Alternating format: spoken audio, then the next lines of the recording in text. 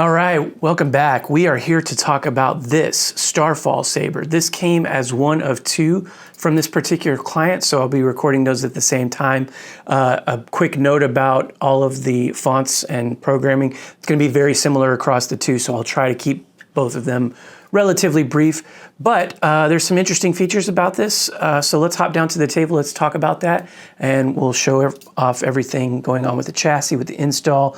We'll hop back out, I'll show off a few blade styles just to show that everything's working, and then we'll move on. So let's do that. So I've already got the chassis in and on, as we can see by the crystal. This is the battery level. So in the battery level, you can move back and forth with the aux button. These are Phil Guinness 8mm copper switches. On the box, you've got power, and then off to the side is aux. So as you're wielding this, if you hold it with the crystal facing you or just out, then your thumb is power and your index is aux. So we switch between the presets by holding aux. But if we want to go backward, you point the hilt down. Battery level. So that is a indicator on this particular preset. This will go from green to red. On the chassis itself, which I'll show off in a second as well, there's a NeoPixel strip that will also go from green to red. But I have also included across the fonts the Profi OS voice packs from Brian Connor. So if there's a character that corresponds to something he's done, I've put that into that particular font folder. But for the general hilt itself, given that this is all copper, I kind of thought C3PO was fitting. So if we wanted to test real quick what the actual battery is, we can hold aux and tap power. Battery level 92%. So we got a pretty full charge. So up top, we've got the stock V3 NeoPixel, and that will just mimic what the blade does when it's on. And everything else is pretty much accessible by taking the pommel off. So this will, I believe, come, I've been using mine, by the way, so it's probably wrapped up in the packaging, but I think Nick sent an Allen key that comes with it. But we pull the pommel off. Now, because this is kind of an airtight fit and it's sealed, you'll probably need to shake your chassis out, and the way to do that is hold it firmly in your hand and smack your hands together, and it will come out and you can just grab it. Do this always over some sort of surface so that it doesn't have the opportunity to fall down. So one thing to note about this particular install was I decided, this is a resin printed chassis, by the way, fully removable. We've got our stock rotary PCB set with the pogo pins down in there, and then the regular side here. We have a kill switch, Profi V3 kicked at an angle. This is a shorter chassis, but I was able to fit an 18650, which is coming with it, with a custom wrap, using Keystone battery contacts, 24mm KR bass speaker, and then, like I said, there's a NeoPixel strip here, and then on this side, we've got an Edison filament that's probably washed out by the accent lighting. And then I did provide a little onboard aux switch. I didn't put a main switch on here just because you can power on with a twist on. So if you wanted to scroll through the fonts, you could just use that aux button. But let me show off the paint job here and explain what exactly I did. So normally I use a black primer that's like an Army Painter brand, and then I just use like gold or pewter rub and buff and then come back with color. What I did on this particular one was I bought a new primer from Tamiya, which is just like your standard gray, and then I also bought a copper spray paint, just in case in the future I wanted to try copper, because the Spanish copper rub and buff I've been using is a little brown, but like by the time everything's said and done. So in this, you can sort of see in the like recesses, we have copper, and then what I've done is gone over it with some antique gold and silver rub and buff, and then my usual set of like accent colors. So we've got some blues, reds, greens on like little features, and then I'm also using like the heat stain pigment. If I turn this off so there's no lighting, you can sort of see like kind of a bluish tint in the middle, and then it gets a little dirty out to the ends. But just some, interesting little colors. We got some yellow on those things. But yeah, we got our kill switch over here. So this comes with the full Starfall font package. So 8 fonts, an additional battery level preset, which I just demonstrated. So again, to get that, we can point the hilt down. Starfall. Battery level. And so yeah, again, green on this, and then the Edison filament just turns off. But these particular Profis that I bought like a pack of 10 or something like that with SD cards, and on the SD cards, it came with a bunch more than normal fonts than you would normally find from like your KRs or your Tritium Sabers. So I left all those on there and I did program them. However, I didn't do anything other than what the blade styles that came on the card. So you'll notice that on those particular presets, the crystal will just match the blade, and so will this accent strip, which means in the off state, you won't see anything. In fact, we can go and demonstrate one real quick. Battery level. You don't know the So that's not doing anything. I did copy one single Edison filament style, so that's going to be the same across all of them.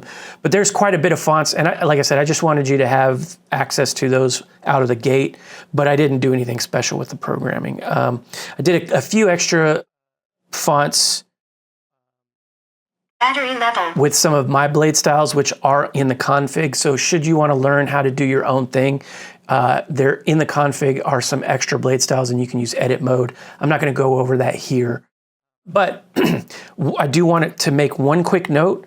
When we go to take the battery out, we can just kind of smack it in our hand, or smack it with our 2 fingers. Because this is coming as a pair of sabers for this particular customer, I wanted to make sure the customer noted this particular battery orientation is different than the Subversion. That one will be a little bit more obvious because there's a spring terminal for the negative end, but this one just has the little keystone contact. So there is an indicator here. Do not put your battery in backwards. You will fry the NeoPixels or do more damage. So just because these orient different than the other one, I want you to be fully aware. But you can just pop the battery in, hit the kill switch, and then. So again, there will be a little bit of a suction here, but it goes in pretty well. And then your pommel will push it all the way in. And then once you're in, your crystal will light up. Sorry, a little brain fart there while I was finding the set screw. So this set screws for your pommel. The same key size will work for your blade, and that is also on the same side.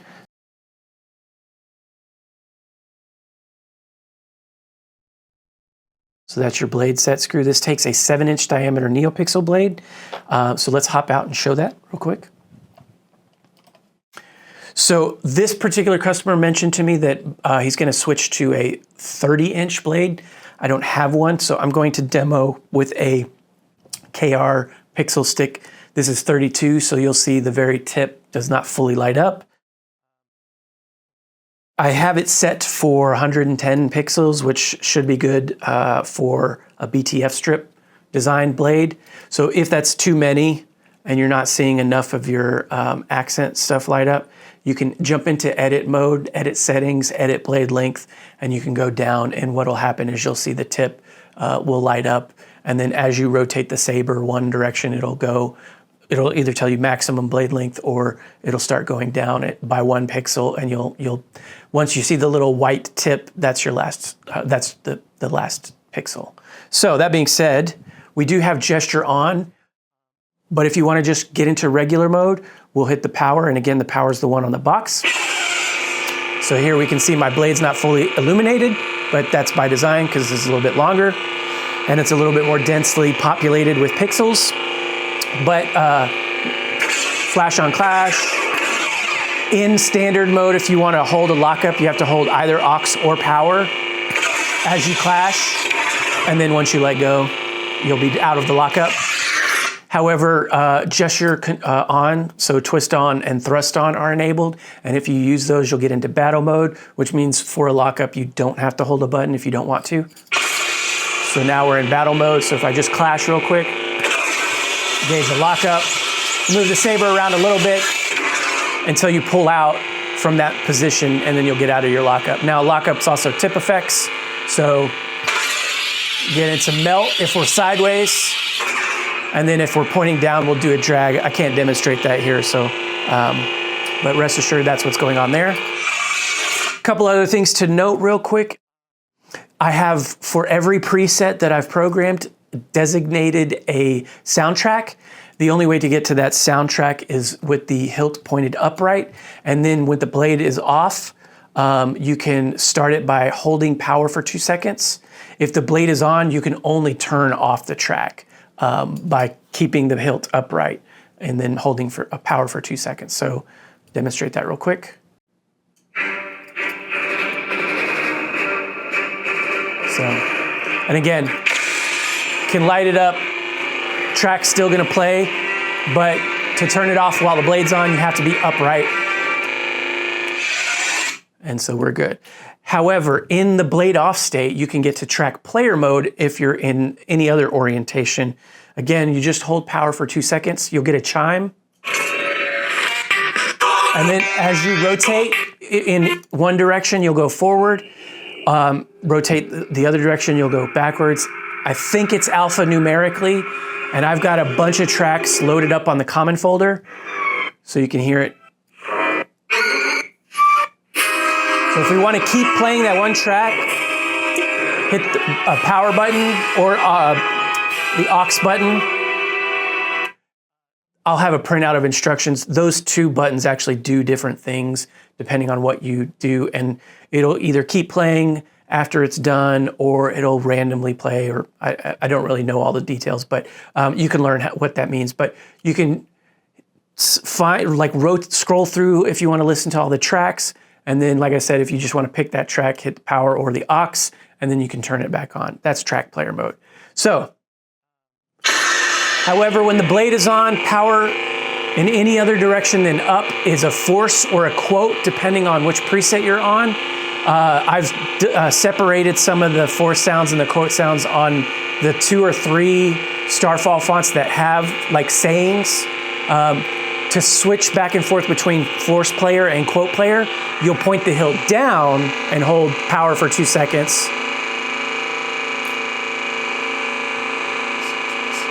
Starfall is a name for the birth and death of the very stars themselves. So we're in quote player mode. Again, you gotta hold it for 2 seconds. When Starfall, You'll notice the blade doesn't do anything, but I have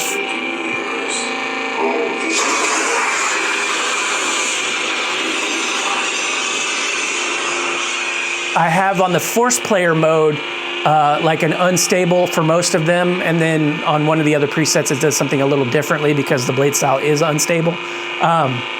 But in the force player mode, for however long a force effect plays, you'll see that animation.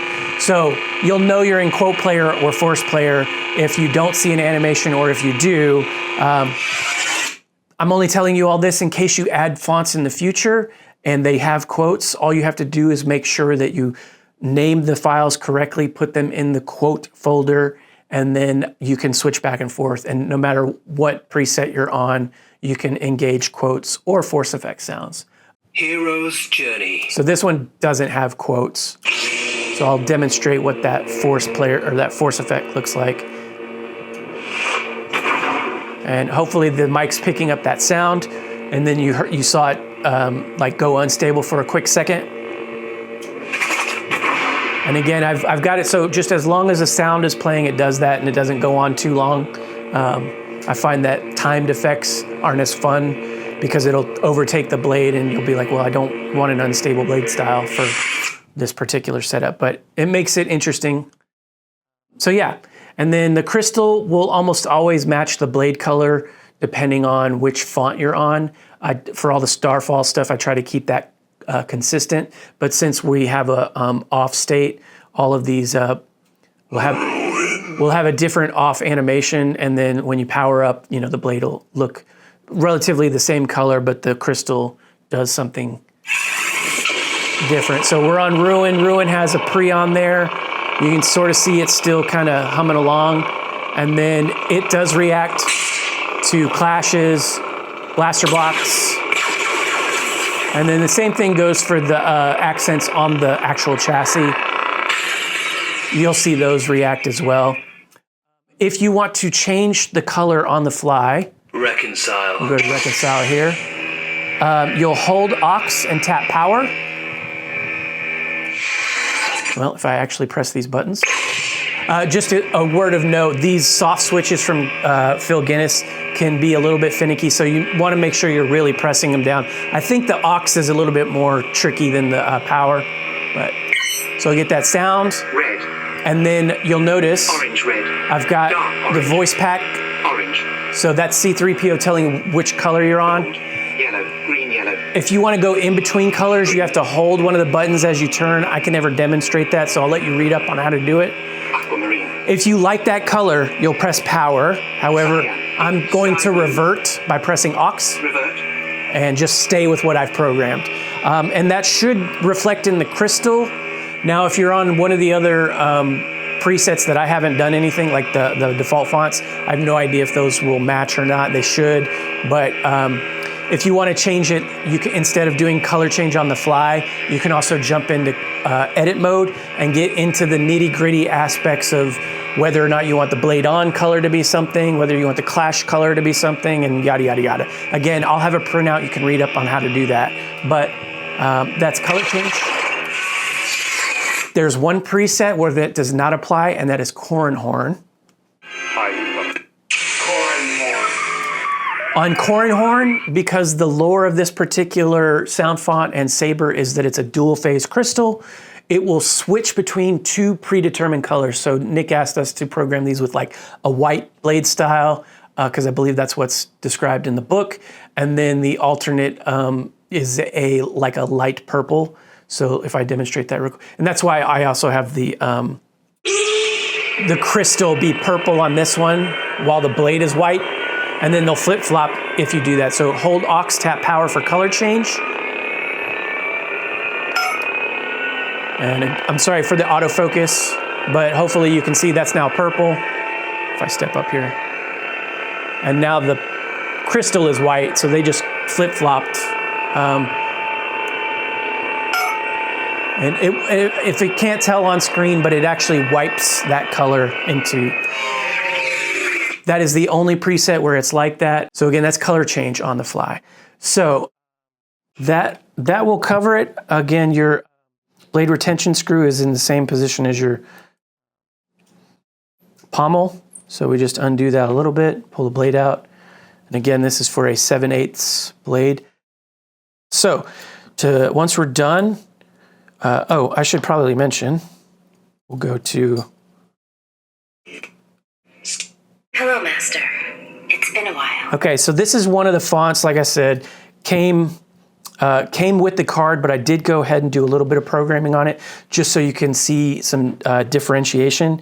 And then, like I said, this is a character that Brian Connor provided voice packs for. So it's in the font folder. Now, if you do like a color change or edit mode, you'll have Ahsoka. Battery level 81% instead of C3PO. And if we scroll more, that lightsaber was Luke's. so now we're in just whatever came on the card and whatever blade style they programmed. So the crystal doesn't light until the blade's on.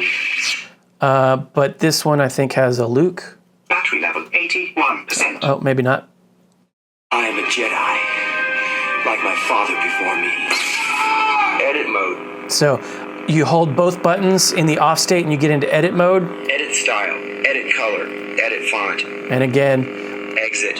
he'll guide you through it. And so all of the voice prompts are, character specific if there was a character to be utilized. So that being said, I just wanted to show that off real quick.